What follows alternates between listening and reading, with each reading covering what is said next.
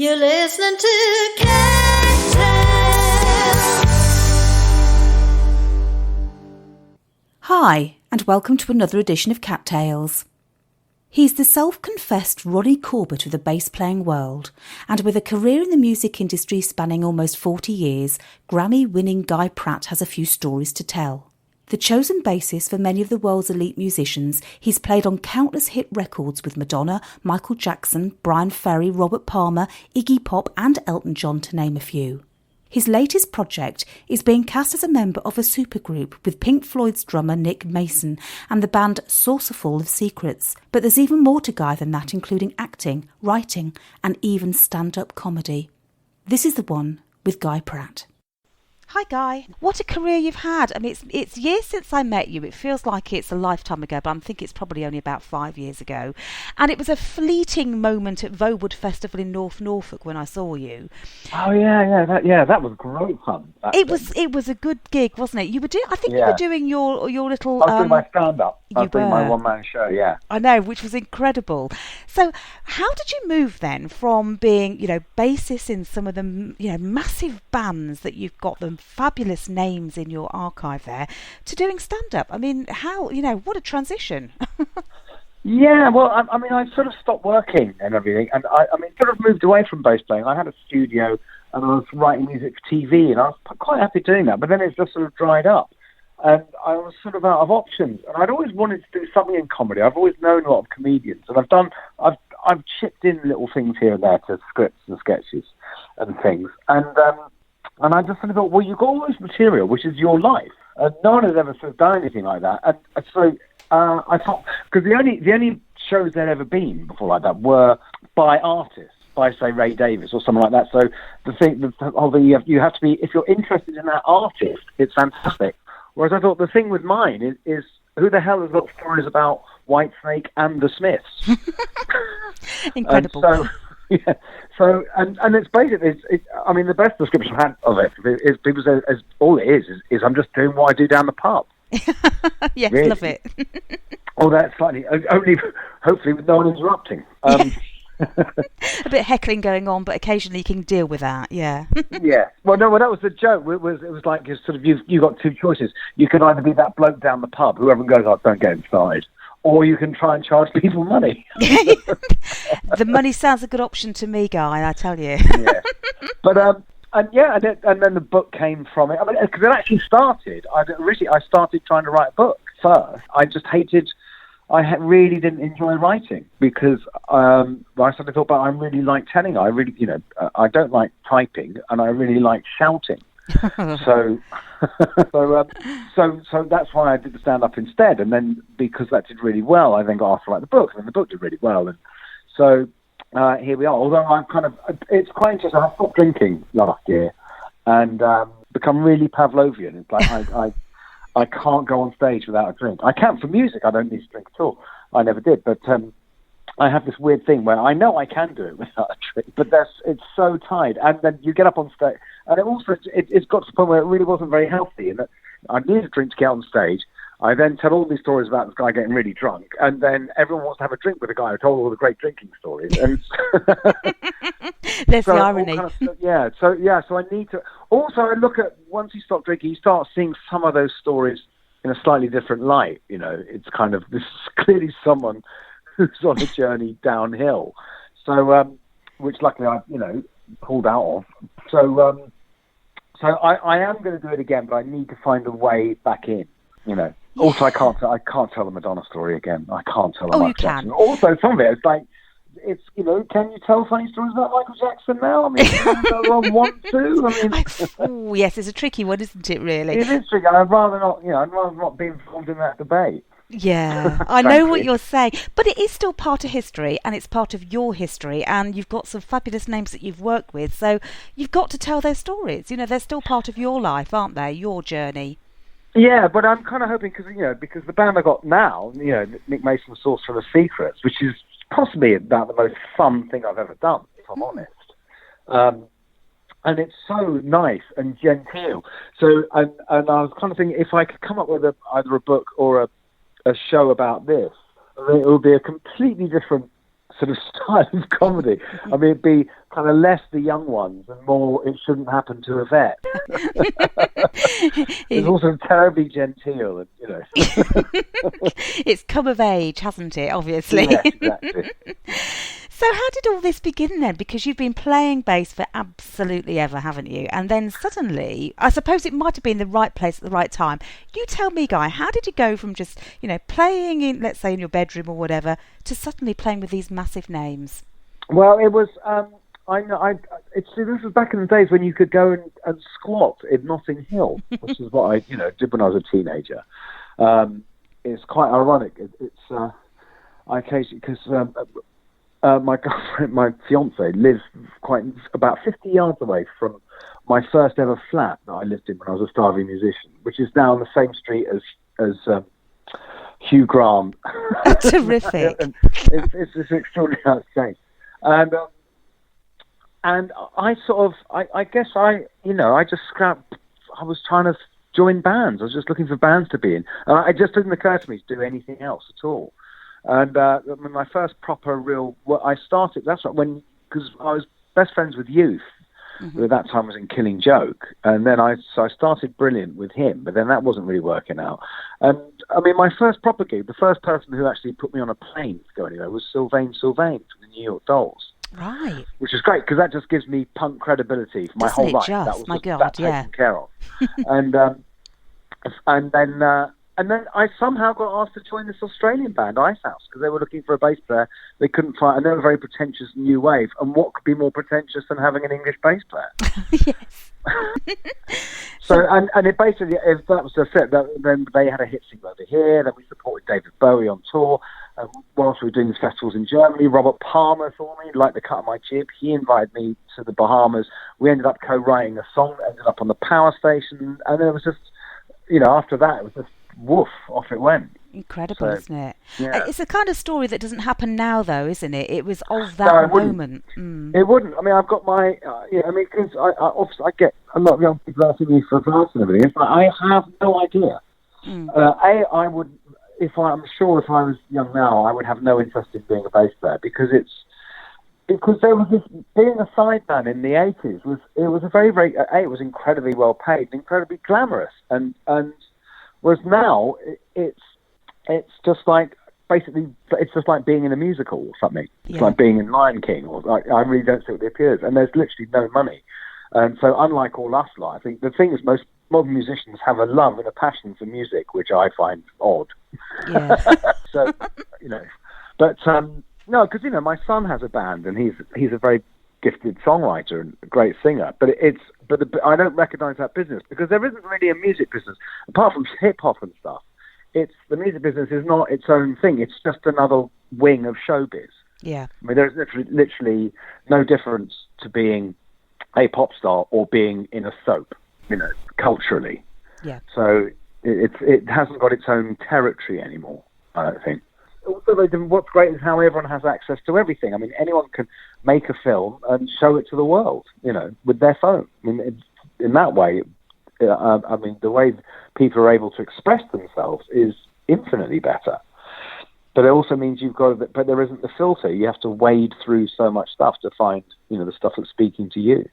Yeah, that's true, isn't it? You've got the masses and masses of stuff, but not necessarily good stuff. No, exactly. My dad used to give me a great line saying, it's shit, but it's good shit. You need to have. Yeah, and I know exactly what he means. Yeah. And now there's just so much shit and not good shit anymore. And that's the problem, isn't it? So in terms of all these wonderful names that you've played with, and I think that's the beauty of what you've done is, in some respects, I'm looking from the outside here, I think it's much better to be able to play with a plethora of people that you have than to have just one band that you're associated with. Is that better or worse? Oh, no, definitely. Definitely, because a lot of it is I find as much fun in trying to sort of sound authentic playing a style of music as just being Mr. Integrity and no, this is what I play. I love the idea of, I love trying to be a sort of hair metal bass player, and I love trying to be Peter Hook. I love all those things, really appeal to me.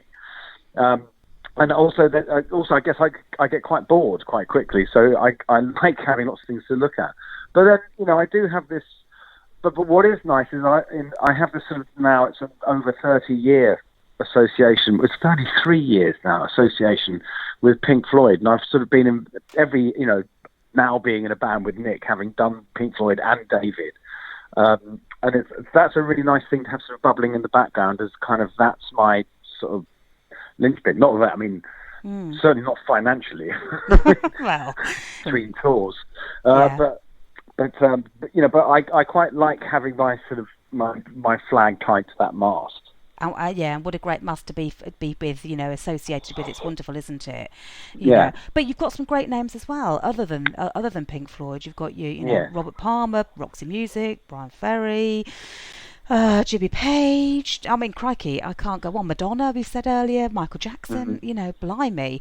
I mean, if you had to choose one of those, come on, this is like trying to choose your children, isn't it? Your favourite child here. It's not possible. It isn't, not really is possible. I mean, it's because, you know, I mean, you know, because I've been doing these videos, these YouTube things. Yes. So, which has been great fun, because I had loads of people getting. It was quite a funny thing when the lockdown started, where a lot of people, those of us who don't have conventional day jobs, a lot of people were in a way sort of quite excited. Oh, what am I going to do? We're going to find something to do. And so loads of musicians started doing tutorial stuff. And I had loads of people saying to me, why don't you do bass lessons? I thought, because I can't think of anything I'd less rather do. And also I thought, I actually can't, because I don't really know what I do. I'm not a properly trained conventional musician. But I thought, what I can do is I can show you my, you know, best known lines. And tell you a little bit about them. So there's got a little element of the stand-up in it. So it's still the stuff I love. And that's been great. So for doing that, yeah, I mean, the one thing that it has become apparent, I mean, obviously my proudest moment is Like a Prayer. Yeah. That's definitely the one that tops it. Right. Okay. So why that one So- particularly? Because the commercialism or Madonna or No, because it's one of those great things that, you know, with the benefit of hindsight, realizing what a culturally important record it was. It was a huge thing. There was a controversial video. She lost her deal with Pepsi. It was the album when it was her doing a George, as they say now, you know, a la George Michael. It's the album where she became a grown-up. I mean, it is an accepted one of the great pop records of all time. And the bass on it is fucking insane. You know, it's like no one gets to play something like that on because records like when someone like Madonna makes a record, you know, it's the record is merely a vehicle for the artist. The idea that any musician is allowed a performance of any sort is ridiculous, because it's all about, you know, the artiste. So, I mean, because I can't even really remember doing it. You know, I still love the thing of she invited me to the studio to hear the mix, and I sat down next to her and I genuinely said to her, God, Madonna, that bass is amazing. Who did it? And she went, you, dummy! That's wonderful, isn't it? Why don't we listen to a little bit of that now, and then we'll be right back soon with a bit more chat. God?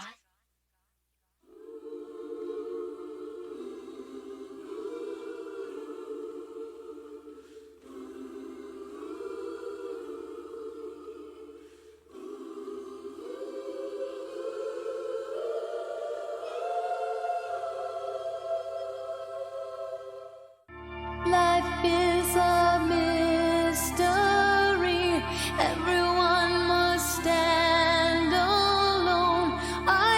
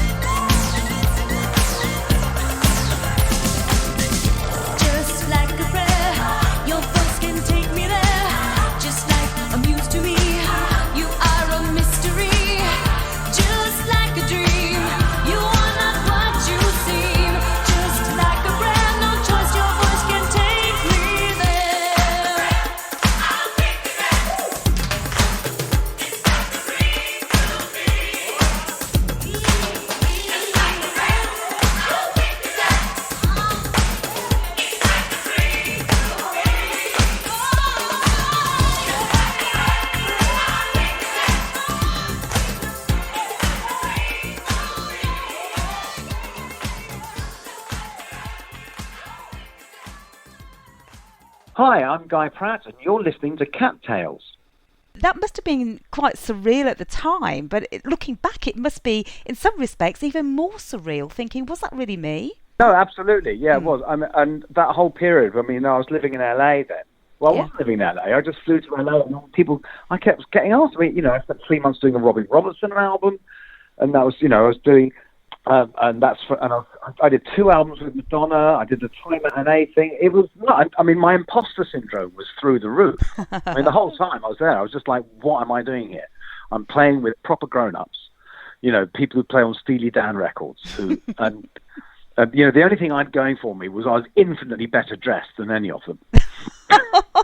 But you see, that's coming from England. You see, that's the thing, isn't it? Bit of style. Wonderful. So you mentioned Madonna there and Like a Prayer. What other key moments would you say? Do you know what? That was a defining moment in my career. Well, that I would say, obviously getting the Pink Floyd shout. Working on Riptide, the Robert Palmer album, because I was actually invited by my bass idol, Bernard Edwards from Chic, who was producing it, who for some reason, who sacked Robert's band, brought in all his guys, and said, that English kid of yours, I like him, get him in. Wow. And, I was 23. God, dear. That's amazing, isn't it? You never know how young you are until you're old. Yes, that's right. Because you still feel the same. When you're 23, you're not going, oh my God, I'm only 23. You're a big boy. You think you know it all, don't you? Whatever age you are, you feel the same, don't you? Oh wow! But what an absolute accolade! Yeah, the only thing that life has taught me is that 5 years ago you is a wanker, and in 5 years' time you now is a wanker. So. We can't win, can we? Really? No, exactly. That's the way to look at it. But look, you've not only played with some great people, you've also written some great music as well, haven't you? I mean, you've had a #1 in the UK for a start with Jimmy Nail, haven't you? Yes. Yeah, that must have been a good moment. My hits tend to be novelty records. I mean, my 2 biggest hits are That Ain't No Doubt and Vindaloo. So, but both classics. It's quite funny. I haven't got quite the sort of meaty portfolio of songs that I have of bass playing. But Vindaloo's a classic, isn't it? I'm singing it in my head. Yeah, I'm incredibly proud of it. Yeah, it's the greatest punk football record ever. Yeah, absolutely. And why not? So how did that one come about? I mean, that's just a bit of a sort of a left side thing coming out of nowhere, isn't it? That just came from me living in the Groucho Club, basically. Mm. That's all it was. It was just, me and a load of some pissed idiots in the Groucho Club. It was Alex and Keith had this idea for a song, and I had a studio, and a couple of them came back to mine, and we just sort of put it down in an evening, and then Damien Hull came up with a cover for it, and just off we went. And it was a 2-week period where you basically woke up in the morning, laughed all day, went to bed, woke up the next morning, laughed all day, went to bed, woke up the next morning, laughed all day. Oh. Do you can't complain at a career like that, can you really? I mean, that sort of opportunity. No, not at all. But I mean, there's what people do is an awful lot of time. Just that's what so I'm so prepared for this, for the lockdown, because I have spent so much time sitting at home doing nothing. Yeah. People have no idea. Because the funny thing is it's all very well having this great big list of names, but what people forget is like, oh my God, you worked with Iggy Pop. It's like, well, yes, I have worked with Iggy Pop, but not really. I played on a song. Yeah. I never met him. Yeah. It took 3 hours. And, there's a lot of artists, because it used to be when I was doing lots of sessions, it was producers I worked for. I had 2 or 3 producers I worked for. And I'd turn up there and I go, who's this? It's Jimmy Somerville. Okay. Yeah. And so I'd play on the record. And that was it. And so but people think, where it says on my resume, Bryan Ferry. Yeah, Bryan Ferry. That's years of touring and making records and stuff like that. Where it's, Iggy Pop. It's 2 hours. Yeah. One afternoon. Absolutely. In Yeah. fact, funnily enough, since I moved to Brighton, a year or so ago, I was in my local health food shop and Jimmy Somerville was in there. And I'd never met him. I went, hi, Jimmy. Sorry, you don't know me, but I played on a #1 of yours. That's wonderful. And what did he say? I hope he thanked you for it. He went, no, he was like, yeah, he seemed a bit puzzled. Oh, great. Which, is a completely understandable response. Yeah, this is the thing that people don't appreciate with the music business. It is a business at the end of the day, isn't it? And you're brought in for the skills that you've got, and that's what you do, and then off you go. And Exactly. it's not the same glamour that people expect, is it? No.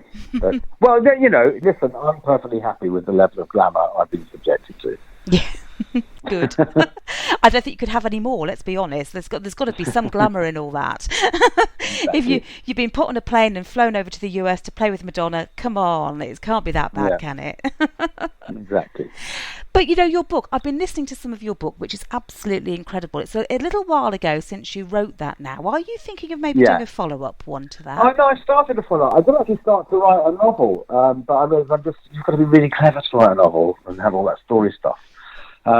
So I gave up on that. But so I'm just not a natural writer. I mean, I know I'm not bad at it, but I just find that there's literally no displacement activity that I won't indulge in before I actually write something.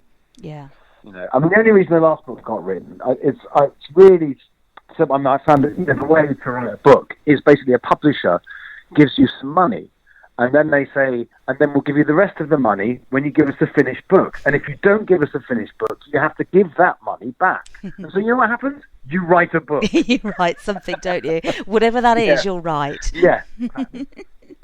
So My Bass and Other Animals, which is, of course, your book that you've currently got, is still available to buy, isn't it? And also as an Audible version, which I think was terrific. Yes. Well, the joke about that is that, yes, it was read by me. But I actually had a filthy cold when I did it, so it sounds like it's read by Melvin Bragg. It could be worse. It could be worse. So, of course, your tour is now being postponed, unfortunately, hasn't it? Hopefully we're back out in October. Yes, yeah. I was actually pleased with the management that we actually managed to go and rebook the whole thing before we announced, that we had to cancel these dates. Yeah. So that was brilliant. It was really nice to be able to go in with, we're not doing these dates, but we're doing these. Yes. But everyone's tickets are covered, and so that's really nice. Well, that's good. I mean, I've got the dates here in front of me here that you've got down so far, which are October onwards, aren't they? And of course, we're talking here about Nick Mason's Saucerful of Secrets, which is all about Pink Floyd, and you're up there doing a lot of vocals as well as the yes, bass, I know. I'm fronting a band with my best mate. Yeah, it's brilliant. It's so much fun, and it's such hard work. That's what's great, and that's what it's about. It's like we hate nights off on tour, It's so yeah. Can't be bad then, can it really? We've got a live album coming out in September. Live album and DVD, live at the Roundhouse. So you got it all going. You got your tour. You got hopefully a new book on the horizon. You've still got your existing book. You're still playing bass. You're doing your lockdown licks on YouTube. Yep. I mean, crikey, it's all going on, isn't it? Well, stuff. It's just stuff I do. Yeah. So what is there that you haven't done yet then, Guy? Not much. Oh, well, actually, the annoying thing, the only two things left me as a player was I always wanted to work with, do one song with Peter Gabriel and Pete Townsend. And I am, an incredible, and back in 1987, right, I was on holiday in Thailand. And when I came home, I had all these answer messages from David Gilmour saying, do you want to play an Amnesty International gig with me and Kate Bush? I was like, no! No! Of course I don't. It's the only job I'll ever have to be. And then 3 months later, he called me to play for Floyd. So last year, I went on holiday to Thailand, right? You'd think I'd learn, wouldn't you? I went on holiday to Thailand and got a load of messages from Zach Starkey asking me to go and do a day in the studio with The Who. Oh, no. Well, so you couldn't write that, that's basically it, though. After that's all I need. Just one day with Pete Townsend in the studio, and I'm done. That's it. Yeah. Frankly. There you are then. That's it. That's on the horizon. That will now come to you. I have no doubt of it. Oh, that's incredible. Thank you very much. You take care. Speak soon. Yeah, stay safe. And Bye. you. Bye-bye. Okay. Bye. Bye. You've been listening to Cat Tales. To listen again to this and other tales, go to cattales.co.uk.